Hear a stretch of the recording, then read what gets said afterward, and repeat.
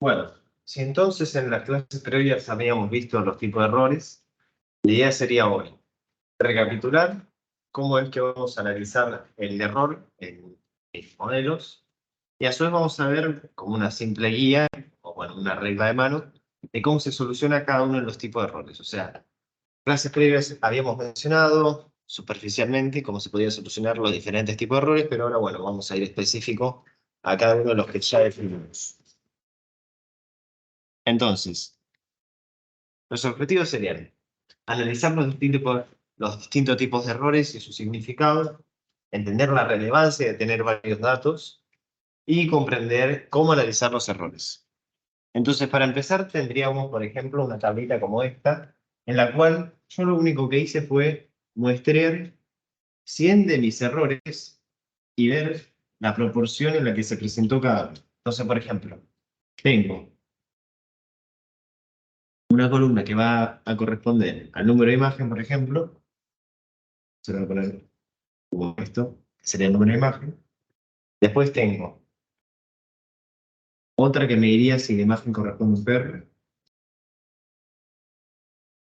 Otra que si la imagen corresponde a un gato salvaje, se pone como salvaje más.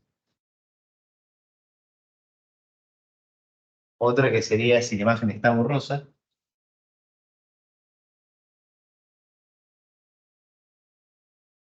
Tengo otra que sería si la imagen está movida.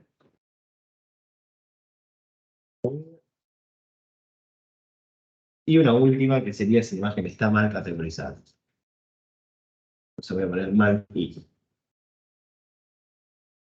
La idea es que yo agarré 100 de mis errores, o sea, muestré mi set de testeo o de desarrollo, me fijé dónde falló mi algoritmo y ahora estoy viendo de cada uno de mis errores estos datos en específico.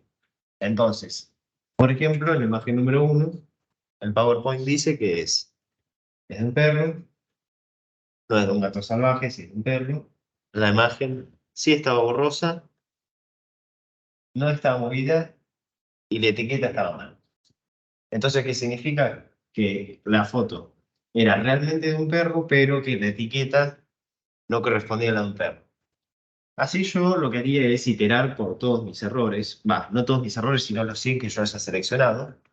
Y bueno, una vez que llegue al último error, digamos que iteré sobre solo 100, tendría, por ejemplo, no sé, la última foto, que dice, bueno, no dice lo de la última foto, pero digamos que la última foto no corresponde a un perro, corresponde a un gato, la imagen no está borrosa, sí está movida, pero la etiqueta sí está bien. Una vez que entonces yo logré iterar por todo este, por así decirlo, pequeño dataset de 100 ejemplos, lo que voy a poder sacar es las proporciones en las que se presentó cada cosa. Entonces, de todos mis errores, ¿en cuántos había un perro? Acá el PowerPoint dice en un 5%. De todos mis errores, ¿en cuántos había un gato salvaje? En un 30%. De todos mis errores, ¿cuántos eran borrosos? Un 80%. Todos mis errores, ¿cuántos estaban movidos? Un 10%. Y entre todos, ¿cuántos estaban mal de etiqueta? Un 15%. Entonces, yo sacando estas proporciones, lo que voy a poder lograr es hacer un análisis crítico de dónde tengo que mejorar mi algoritmo. Entonces, en este caso, lo que primero debería mejorar para que mi calidad funcione, o sea, para que mi modelo rinda mejor, es la calidad de mis imágenes. Porque como se ve, el error que más se presentó es de imágenes borrosas. Por lo tanto, las imágenes borrosas fueron lo que hicieron que mi modelo falle. Entonces hay o dos alternativas. O garantizo que no tenga imágenes borrosas a la hora de hacer la inferencia final. Entonces, cuando yo use la cámara de fotos, las imágenes deberían estar claras. O hago que mi modelo sea más robusto y que cuando hay una imagen borrosa logre clasificar entre un perro y un gato. Igual acá hay una sutileza, ¿no? Porque si la imagen está muy borrosa, como para que ni nosotros digamos es un perro o un gato, no tiene sentido que el algoritmo diga perro o gato. O sea, si simplemente se ve algo todo movido, preferimos que diga simplemente que no sale. Aunque bueno, eso sería otro problema. Pero el punto es que acá el error más ponderante sería el de las imágenes borrosas. Luego sería el de los gatos salvajes, por lo tanto esto significaría que cuando tengo una foto de un gato salvaje, por ejemplo un gato montés u otro tipo de animales, que son gatos salvajes, mi algoritmo tiende a fallar y los clasifica como perros. Entonces, sería interesante aumentar o el set de datos de gatos salvajes, o sea, meter más gatos salvajes en mi set de datos, o ver si tengo que cambiar la arquitectura o algo para que no pierda tanta información en los gatos salvajes. Con los perros no hay mucho problema porque hay un 5%. Este 5% no es tan, o sea, uno podría decir es grande, pero no es tan grande comparado al 30 ni al 80. Las movidas también son poquitos, son solo un 10%, entonces comparado con el 30 y el 80 se quedan chicas. Y lo que les decía en la otra clase, las mal categorizadas solo hacen un 15% de mi error total. O sea, yo tengo 100 fotos que agarré aleatoriamente, las que yo, o sea, todas estas 100 fotos fueron mal categorizadas por, o sea, no mal categorizadas, sino mal predichas por mi modelo. Entonces, de estas 100 fotos, un 15% tenían mala etiqueta. Entonces, un 15% era realmente lo que el modelo había dicho, pero yo lo había, o sea, pero como está mal etiquetado, para el modelo está mal. La mala etiqueta, acá, en este caso, no es muy relevante porque comparada contra el 80 y el 30% es poquito. Es más, tengo el doble de veces un error porque puse mal, o sea, porque eligió mal entre un gato salvaje y un perro, que porque en realidad estaba mal etiquetada la foto. Entonces, capaz que en algunos perros, que en realidad, o sea, que yo etiqueté como perros, pero en realidad eran gatos, mi modelo predijo perro, porque bueno, la etiqueta decía perro, y entonces técnicamente está mal. Pero bueno, este 15% siempre hay que agarrarlo con pinzas porque hay que compararlo contra el resto de mis errores. A eso refiere simplemente el análisis de error. A agarrar una pequeña muestra de dónde mi modelo está fallando. Pueden ser 100, 1000 ejemplos, algo que nosotros podemos analizar, porque esta tabla la vamos a tener que generar nosotros. O sea, no vamos a meter un algoritmo para que me diga si es perro, si es salvaje, si es borrosa, si es movida o si está mal etiquetada, porque ahí estoy metiéndome, o sea, estoy metiendo un modelo para analizar mi modelo. No sería lo óptimo, entonces lo que se sugiere es que nosotros agarramos una muestra chiquitita, digamos 100 ejemplos, algo que nosotros podamos manejar, y que veamos en cada uno de esos 100 ejemplos en qué categoría cae. Si estaba mal etiquetada, si la foto estaba movida para nosotros, si estaba borrosa, si era un gato salvaje, y si era un perro. Y entonces de esta forma voy iterando por mis 100 fotos, voy generando esta tabla, y después puedo sacar estas proporciones y estos porcentajes que van a decir cuán importante eras o cuán ponderante eran cada uno de estos errores en mi pequeño set. Obviamente, mientras yo tome más fotos para hacer esta tabla, más precisos van a ser estos resultados, ¿no? O sea, si yo tomo solo 2 fotos, no van a ser tan buenos estos resultados, estas proporciones, porque no van a ser representativas del total. ¿Me explico? O sea, si tomo solo 2 fotos, en 2 fotos capaz que no logro sacar cómo es que en realidad o sea, cómo es que en realidad está la distribución de mal etiquetada, de movida, de borroso, de salvaje y de perro. Simplemente porque tengo 2 fotos y no todo. A medida que aumento la cantidad de fotos, es más trabajo para mí, pero tengo más precisión acá. Es simplemente una sutileza. Entonces, esto sería como una reglita de mano, que bueno, no está mal tenerla, y es que podemos evitar cada error casi diría con estas simples reglas. Entonces, el bias evitable, el bias evitable, si recuerdan, lo que yo hacía era, tenía un costo de entrenamiento, y eso yo lo comparaba contra el costo humano, o bueno, si lo tenía, porque el humano era lo más próximo que tenía al costo de Bayes. ¿Se acuerdan del costo de Bayes? Que era el error óptimo. Nada podría ir por abajo de eso. Entonces, cuando yo tomo el error humano, lo que en sí quiero hacer es aproximar el error de Bayes, porque muy usualmente no lo tengo. Entonces, la brecha esta entre mi costo de entrenamiento y mi costo humano la habíamos llamado bias evitable, porque esto podía ser mejorado todavía. O sea, yo nunca podía superar al error de Bayes, pero sí podía acercarme. Entonces, la diferencia entre mi costo actual de entrenamiento y el costo de Bayes me iba a dar cuán lejos estaba. Entonces, para solucionar este bias evitable, que era lo mismo que decir que mi modelo sufría de bias, podía o hacer un modelo más grande, entonces mi modelo iba a ser más complejo, iba a poder trazar relaciones más complejas, agregarle más datos, obviamente con más datos va a poder generalizar mejor, Optimizar mi modelo, como ya vimos, podía usar Adam, Momentum, RMS Prop. Cambiar la arquitectura del modelo, o sea, cambiar cómo es que se conecta. Por ejemplo, digamos que yo quiero manipular bastante sutilmente las neuronas, entonces digo que esta neurona se conecta con esta solo con esta y esta con esta. No se suele hacer, pero podría llegar a hacer eso, a ver si tengo mejores resultados. Y cambiar los hiperparámetros. Entonces, cuando digo cambiar los hiperparámetros, podríamos cambiar el ratio de aprendizaje alfa, la beta 1 de Adam, la beta 2 de Adam, por ejemplo, el número de capas o el número de neuronas, las funciones de activación. Hay un montón de cosas para cambiar. Ahora, si yo quiero solucionar el variance, que era, por ejemplo, yo tenía JD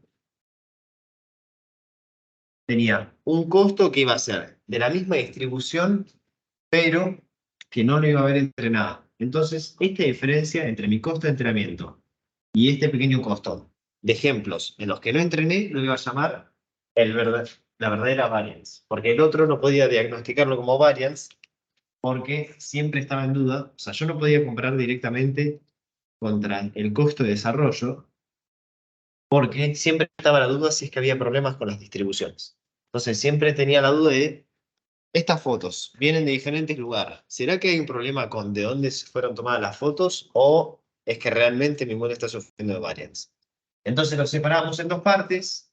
Primero el JDEV Train y después en el verdadero JDEV.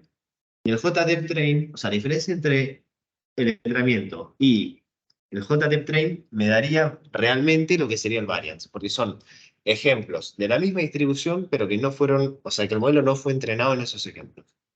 Entonces, algunas soluciones serían, con más datos lograrían que el modelo vuelva a lograr generalizar mejor, una regularización mayor, o sea, puedo usar la regularización L1, L2, el dropout.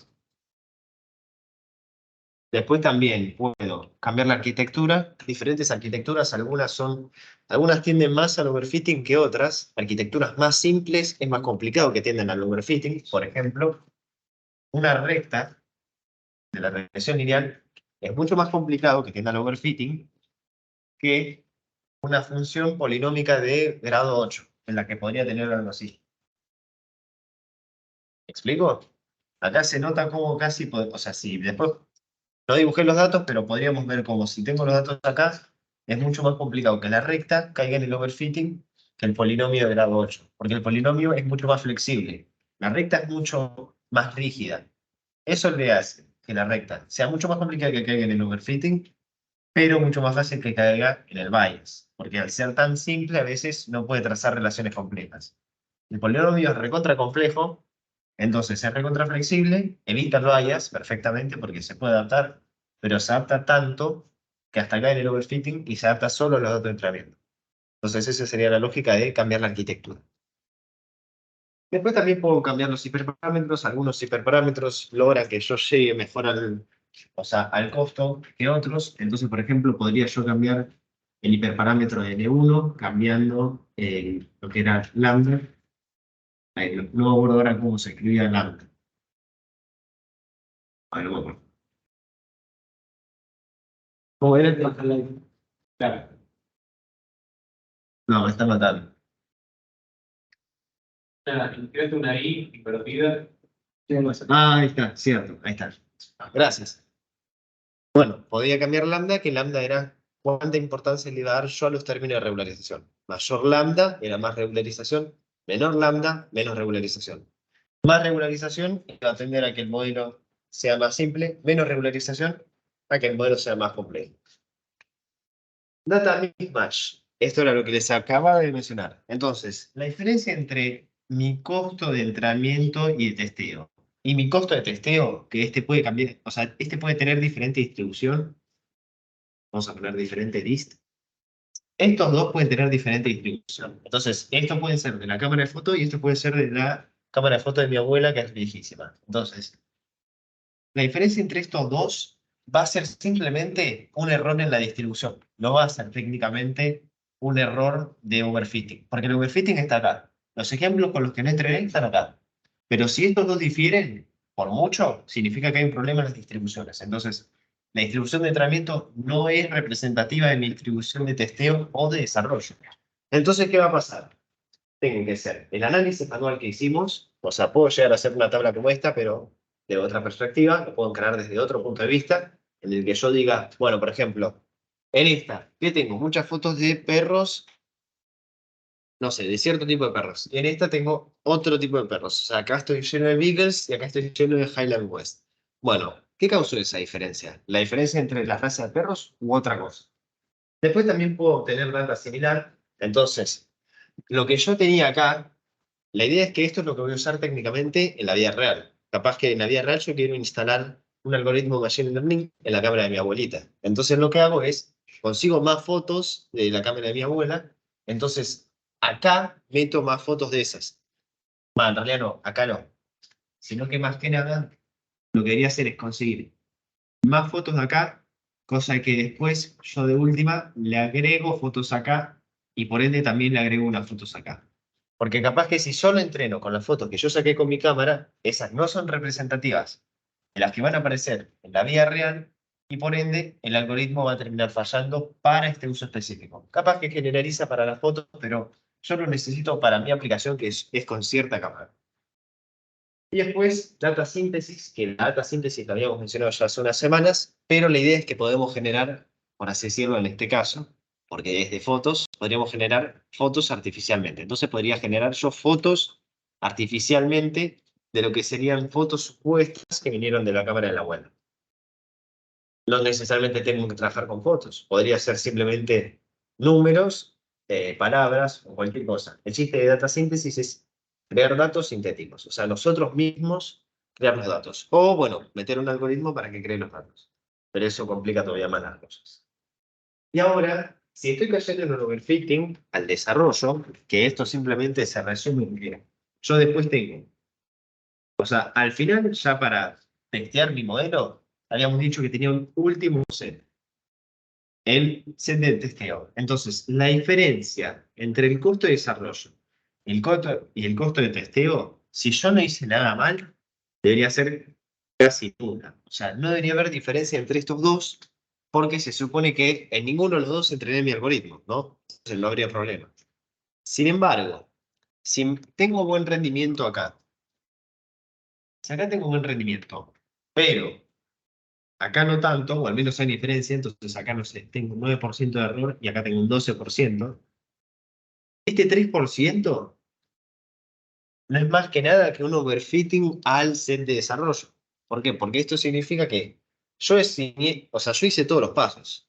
Entrené, mejoré acá, entonces ya solucioné el variance, mejoré el data mismatch, entonces no hay tanto problema con las distribuciones, pero como me enfoqué en reducir tanto este costo de desarrollo, lo que terminó pasando es que capaz, no siempre, pero capaz, yo terminé cayendo en un overfitting a ese costo de desarrollo. Entonces, mi modelo es bueno para el costo de desarrollo, pero no logra generalizar en realidad. O sea, le va mal en el costo de testeo, que es el último costo, y es el costo que me va a decir, en verdad, cuánto va a generalizar mi modelo.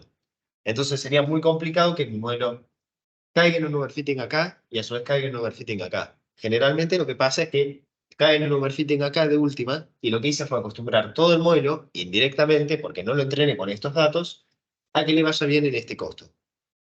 Entonces, capaz que diseñé toda una arquitectura, toda una estructura, o tuneé los hiperparámetros para que le vaya bien acá, pero después cuando salto acá, no hay tan buen rendimiento. Entonces, eso me está diciendo que lo que está pasando es que estoy haciendo un overfitting a el set de desarrollo. Por ende, mi modelo no generaliza bien. Que generalice bien significa que estos dos costos sean parecidos. Y bueno, esto se suponía que iba a funcionar, pero bueno, como la cámara que estoy usando, la idea es que un algoritmo puede ser end-to-end, y en Machine Learning hablamos de un algoritmo end-to-end, cuando, dado una entrada X, nosotros salimos directamente con la Y en un solo modelo. Entonces, por ejemplo, imagínense que ustedes quieren sacar una foto y quieren que a partir de esa foto se releve todo el texto y se nos pase un Word, ¿no? Entonces sacan una foto de sus apuntes y todo eso se los va a escribir en un Word. Para hacer eso, podríamos tener dos approaches o más, pero digamos que se nos ocurrieron dos ideas. Gaby propuso que vamos a entrenar un modelo, un transformer, en el que uno le da una foto, vamos a ver si sale la cámara, sería la camarita, y de la foto directamente lo pasa a un Word. Entonces de la foto lo pasa directamente a un documento. Esto lo llamaríamos un algoritmo end-to-end. ¿Por qué? Porque de entrada, salida directamente y lo hace un solo modelo. Un algoritmo no end-to-end, que está dividido por partes, lo que podría hacer es, por ejemplo, primero tenemos un algoritmo que va a pasar de cámara de fotos a, bueno, cierta representación numérica, entonces lo voy a pasar. Lo voy a hacer con la matriz. No sé, acá tengo el 10, 20, 30, 50, ¿no? Y después lo que yo podría hacer es agarrar y como ya entrené un transformer, o bueno, lo que yo haya querido, un modelo que lo que lograse hacer es pasar de fotos a ciertos números, lo que después puedo hacer es mandar estas representaciones numéricas a un modelo de lenguaje, por ejemplo, o sea, digamos que, por dar de ejemplo, digamos que se pudieron descargar ChatGPT en la computadora, entonces, lo que hacen es, después esto se lo mandan a un modelo de lenguaje, vamos a hacer así con neuronas, para que sea más simple, y este modelo de lenguaje, con la representación, esta numérica, lo que va a hacer últimamente es escribir un texto, y bueno, nosotros por código lo vamos a pasar en un Word. Entonces, la idea es que para el mismo resultado, porque acá va a entrar una foto, y va a salir documento de Word, hay más de un approach, pero en uno usamos un solo modelo para que haga toda la tarea, y en otro lo podemos dividir en partes. El resultado tiene que ser el mismo, o sea, de la foto al Word. Pero cómo lo hacemos nosotros puede variar. Entonces, podemos o sacar directamente la foto y que lo pase al Word, o sacar la foto, que eso después se transforme la representación numérica, que la representación numérica se alimente un modelo de lenguaje y que el modelo de lenguaje es el que escriba el texto a partir de la representación y después nosotros lo pasamos a Word. Para el usuario final, todo esto va a estar encapsulado como que no pasó nada. O sea, para el usuario final ni se va a dar cuenta. El usuario final siempre va a ver que sacó una foto y que sacó el documento de Word. Pero, cómo nosotros lo hacemos puede ser diferente. Otro ejemplo, por si no lo quedó muy claro, sería el de reconocimiento de imagen, el reconocimiento de rostros. En reconocimiento de rostros lo que podemos hacer es, tomamos una foto de una persona y esto directamente quiere decir quién es. Entonces este es Pablo. Ahora, podríamos hacer otro approach, en el que tengo la foto de la persona, entreno un modelo para que detecte rostros, para que detecte, bueno, no rostros de personas, sino dónde están los rostros. Entonces lo que hace esto es después, por así decirlo, es hacer un zoom de dónde está la foto y me recorta dónde está la cara. Entonces, la cara de Pablo. Y después hago un modelo para que detecte rostros en verdad. Entonces, que dado una cara, dado una foto de una cara, me diga quién es. Entonces, este va a ser Pablo. El usuario final, que seríamos, no sé, nosotros o donde lo vayan a instalar, va a tener una entrada que es la foto, o sea, yo le saco la foto a la persona que va a estar en una cámara, y la salida es exactamente la misma. La salida es quién es, en ambos casos. Ahora, ¿cómo nosotros entrenamos los modelos? Está en nosotros, entonces lo podemos dividir en un modelo que haga todo o en dos modelos. La ventaja de dividir en dos modelos es que, por ejemplo, esta parte puede ya estar hecha. La parte de agarrar una foto y detectar la cara puede ya estar hecha. Hay un montonazo de modelos que detectan caras. Vieron que siempre hay un montón de que te hacen el rectángulo.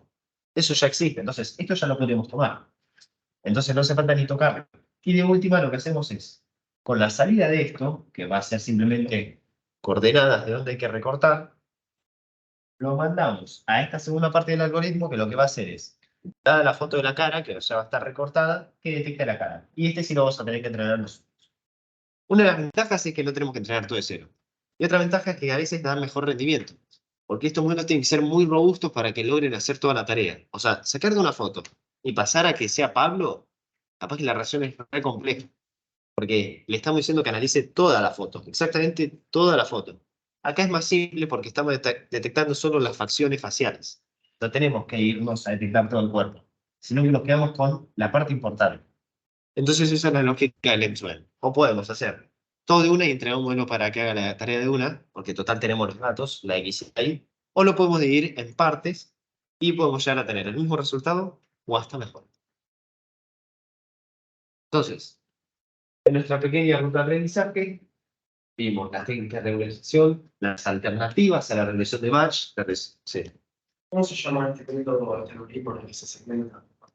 No, va, que yo haya escuchado, no tiene nombre, simplemente, o sea, esto no tiene nombre porque técnicamente es por partes, si quieres llamarlo, no sé, Machine Learning por partes, y este es end-to-end porque es de principio a fin. Este se llama end-to-end. El otro no sé si tiene nombre, no lo escuché nunca al menos. Sí. Usaría el end-to-end si demoraría más que uno que está dividido en partes. Y porque en algunas tareas capaz que no es tan fácil dividirlo por partes. O sea, por ejemplo, bueno, ahora no se me ocurre ningún ejemplo así rápido, pero digamos que nosotros queremos hacer un modelo para que, bueno, digamos que vos querés hacer un modelo para casi cualquier cosa. Lo que vas a siempre tener es la entrada X y la salida Y, ¿no? Esa es tu premisa. La premisa es que partimos de un dataset en el que tenemos las X mapeadas a una Y, ¿no? Esto lo tenemos siempre, si no, no tenemos dónde entrenar. Ahora, ¿qué pasa? En este caso es bastante fácil decir, bueno, divido por partes, total no hay problema, porque acá lo que pasa es, tengo la X, segmento las personas, después convierto la cara y ahí sale la etiqueta ahí. Pero en algunos casos, en la gran mayoría igual, no va a ser tan fácil dividirlo por partes, porque capaz que se pone medio complejo esta parte del medio. O sea, esta parte del medio, en este caso, va a ser fácil. Pero imagínense, por ejemplo, si nosotros queremos entrenar un modelo para que, dado un documento PDF, lo que haga es, después me prediga,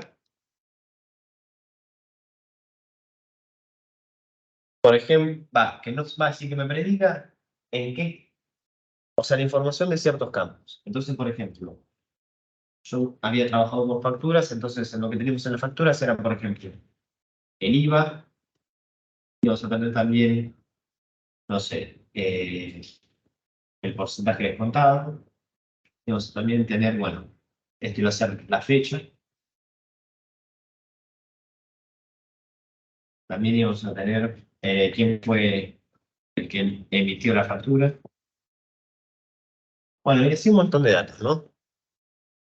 La idea es que si vos no lo querés hacer end-to-end y lo que querés hacer es dividirlo por partes, tenés que ser muy meticuloso en cómo lo dividís por partes. ¿Por qué? Porque vos pasás de un documento, que es un PDF, lo podés tomar como una foto.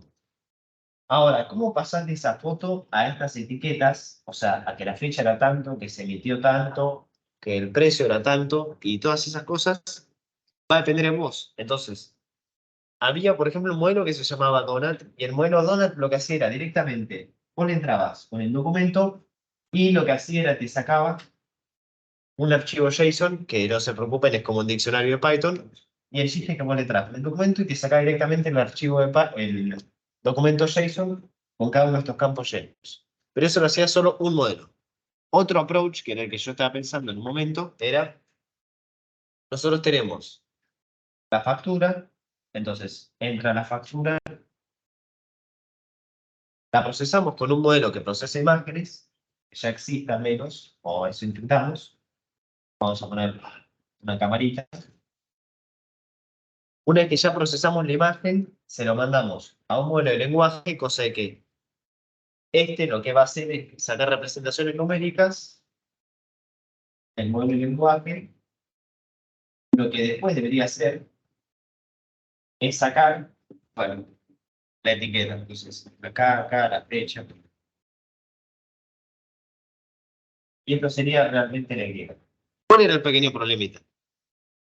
Mapear desde la foto al modelo de lenguaje era prácticamente imposible, porque para empezar no sabíamos cómo íbamos a entrenar esta pequeña parte de esto sin que esté esto. Entonces, lo que íbamos a terminar haciendo era casi como que enlazar estos dos en un mismo modelo. No les digo que era un mismo modelo, pero la salida de uno iba a ser la entrada de otro, y la salida de este iba a ser la salida verdadera. La entrada de este iba a ser el documento. Entonces, si estos dos técnicamente los tomaba como uno, porque en realidad los entrenaban como uno, capaz que no tenía tanto sentido hacerlo end-to-end, o sea, perdón, capaz que no tenía tanto sentido hacerlo por partes, si no hubiese sido mucho mejor desde un principio el end-to-end. Porque yo partí de que hay datos etiquetados, entonces yo tenía un PDF y yo tenía estos datos. Entonces lo que después debería hacer simplemente es hacer un algoritmo, o sea, diseñar mi propio modelo, podría ser una red neuronal, lo que uno quisiese, una red convolucional, en la que yo le doy la foto y me va a tener que predecir estos campos. ¿Cómo va a lograr predecir esos campos? Va a ser su problema. Acá lo que intento hacer cuando lo divido por partes es más o menos guiar al modelo de por dónde tiene que ir. Le digo, bueno, saca la foto y de la foto quédate con las palabras de texto que parece que dicen la información. Y el resto obviamente no lo eliminás. Entonces esa va a ser la representación numérica. Esas palabras de texto se las vas a mandar a un modelo de lenguaje y el modelo de lenguaje lo que va a intentar hacer es, dadas esas palabras de texto sueltas, va a intentar mapear. No sé, por ejemplo, que diga agosto 13, 2025 y diga, no sé, San Agustín. Esto es lo que más o menos le daríamos al modelo de lenguaje. O sea, de la foto logramos recuperar esta información. Ahora, el modelo de lenguaje lo que quería hacer es pasar agosto 13, 2025, San Agustín a la fecha, que sería 13 del 8 del 2025, y el lugar, que sería San Agustín. San Agustín. La idea es que no es tan fácil este mapeo a veces, porque al modelo de lenguaje o al modelo que va a estar sacando esta información se le va a complicar. O sea, uno dice, bueno, es bastante simple porque lo único que tiene que hacer es comprender el contexto, pero imagínense que le va a mandar un montón de texto junto, entonces capaz que le mandan, no sé, acá aparece, o sea, San Agustín, ahí está, bueno, ¿es un lugar o es un nombre? No sabemos. Entonces, acá empezamos con problemas. A veces te predice que San Agustín era un lugar, cuando era un nombre, cuando aparece un precio, o sea, cuando aparece, no sé, dólar 130, ¿ves? ¿El impuesto es la transferencia? ¿Es el descuento? No tenemos ni idea. Y el modelo de lenguaje de alguna forma va a tener que mandarlo. Y el problema es ese, de que a veces esta información no alcanza, porque en el documento como tal vamos a tener un numerito, que va a ser el $130 al lado de descuento o lo que sea. Y a veces va a estar suelto. Y lo que se va a tener que hacer es comprender capaz que información espacial de dónde está este 130 para lograr predecir que es el precio, el descuento o tal cosa. A lo que me refiero es que a veces en documentos el precio, por ejemplo, podría estar acá. Entonces, si tenemos la información espacial, siempre que lea un numerito abajo a la derecha va a ser el precio. Sin embargo, me puede aparecer acá también un 130. Si uso este algoritmo de por partes, logro recuperar el 130, pero no sé dónde está. Entonces, ¿qué va a terminar pasando? Bueno, de que el 130 capaz que en vez de ser tomado como el descuento, es tomado como el verdadero precio. Por dar un ejemplo. Entonces, la lógica del end-to-end es que a veces es más útil que hacerlo por partes y a veces no. Depende mucho del caso. No hay fórmula secreta. Y bueno, solo para terminar con el caminito, espero que no se haya aburrido que, bueno, acá tengo las alternativas a la regresión de batch. ¿Se acuerdan de mini-batch y la regresión estocástica? Bueno, la optimización de la propagación trasera. ¿Se acuerdan de los algoritmos que optimizaban la propagación trasera? Uno tenía nombre de persona. ¿Cómo? No he visto eso. Uno tenía nombre de persona. Adam. Y el otro, había dos más. Adam estaba. Johnson. Jason es el tipo de documento, pero eso es un problema. Eso ni se lo pone. Adam estaba compuesto por dos cosas. ¿Alguien se acuerda? No. Era como es. Eso de... La tiene en la punta de la lengua. Sí, pero no, fíjate que casi se queda como una asociación. Sí, los promedios ponderados, pero los promedios ponderados se usaban para calcular el momento. O también RMS Pro. Bachelor, ¿alguien se acuerda que era Bachelor? ¿Nadie se acuerda lo que era Bachelor? Pero somos prácticos. Unían hiperparámetros, esto sabemos lo que es. Análisis del ciclo de Machine Learning era bastante simple. Y hoy vimos análisis de errores. Yo me quedo simplemente pensando